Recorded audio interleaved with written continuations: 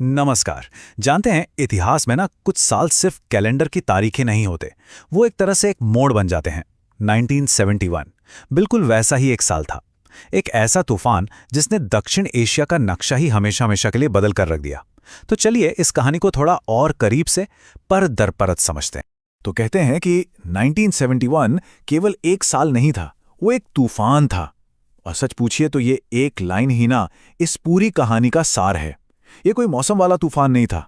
नहीं, ये तूफान था इंसानी जज्बातों का, अन्याय के खिलाफ उठी एक बहुत जोरदार आवाज का।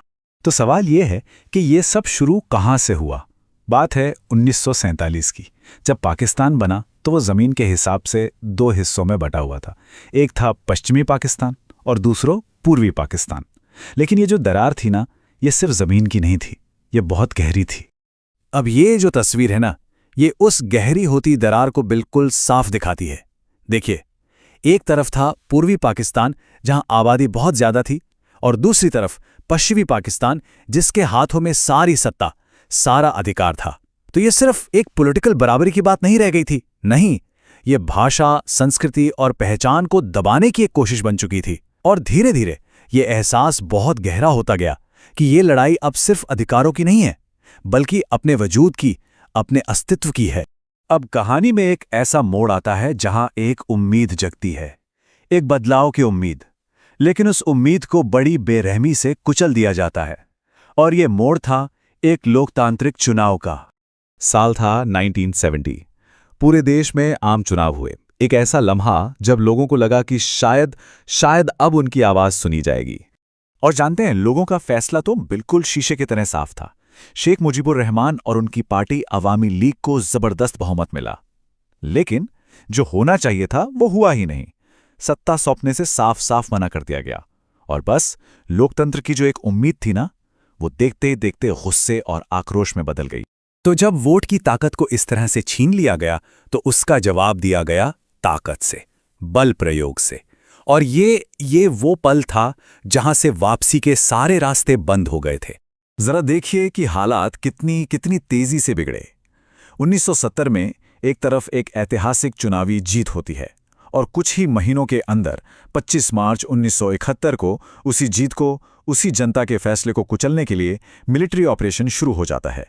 जो उम्मीद लोकतंत्र से थी, उसने अहिंसा और आज़ादी के लिए एक संग्राम का रूप ले लिया था।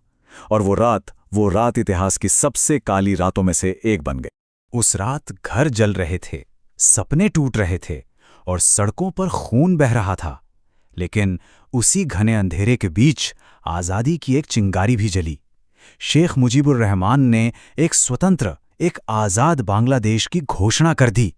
मतलब जब जुल्म अपनी इंतहा पर था, तब उम्मीद ने जन्म लिया। तो जब हुकूमत ने अपने ही लोगों पर हमला कर दिया, तो फिर लोगों ने भी जवाब दिया। और यहीं से जन्म होता है इस कहानी के असली नायकों का, मुक्ति वाहिनी। ये मुक्ति वाहिनी कोई प्रोफेशनल आर्मी नहीं थी। नहीं, बिल्कुल नहीं। ये तो किसान थे, स्टूडेंट्स थे, टीचर्स थे। ये आम लोग थे जिन्होंने अपने देश को बचाने के लिए, अपने लोगों की रक्षा के लिए हथियार उठा लिए थे। ये सही मायने में लोगों की अपनी सेना थी, और उनका सबसे बड़ा हथियार उनका हौसला। और असल में यही चीज उनकी सबसे बड़ी ताकत थी। सोचिए, एक तरफ थे बहुत कम रिसोर्सेज, टूटे फूटे हथियार, और दूसरी तरफ आज़ादी के लिए एक ऐसा विश्वास जो टूट ही नहीं सकता था, एक अटूट विश्वास। और आखिर में यही विश्वास उनका सबसे बड़ा हथियार साबित हुआ। लेकिन इस पूरे संघर्ष की एक बहुत बहुत बड़ी मानवीय कीमत चुकानी पड़ रही थी। जैसे जैसे अत्याचार बढ़े, लाखों लोगों को अपनी जान बचाने के लिए अपना घर-बार छोड़कर बॉर्डर पार करना पड़ा। और इस रिफ्यूजी क्राइसिस ने, इस शरणार्थी संकट ने पूरे इलाके को हिलाकर रख दिया था। तो अब हम इस कहानी के आखिरी और सबसे अहम पड़ाव पर पहुंचते हैं। वो दौर जहां 9 महीनों का ये लंबा और मुश्किल संघर्ष आखिरकार अपनी मंजिल तक पहुंचा। इस बड़े मानवीय संकट के बीच भारत ने एक बहुत ही महत्वपूर्ण भूमिका निभाई। लाखों शरणार्थियों को न सिर्फ पनाह दी गई, बल्कि मदद भी की गई। और इस सपोर्ट से इस पूरे संघर्ष को एक नई और सही दिशा मिली।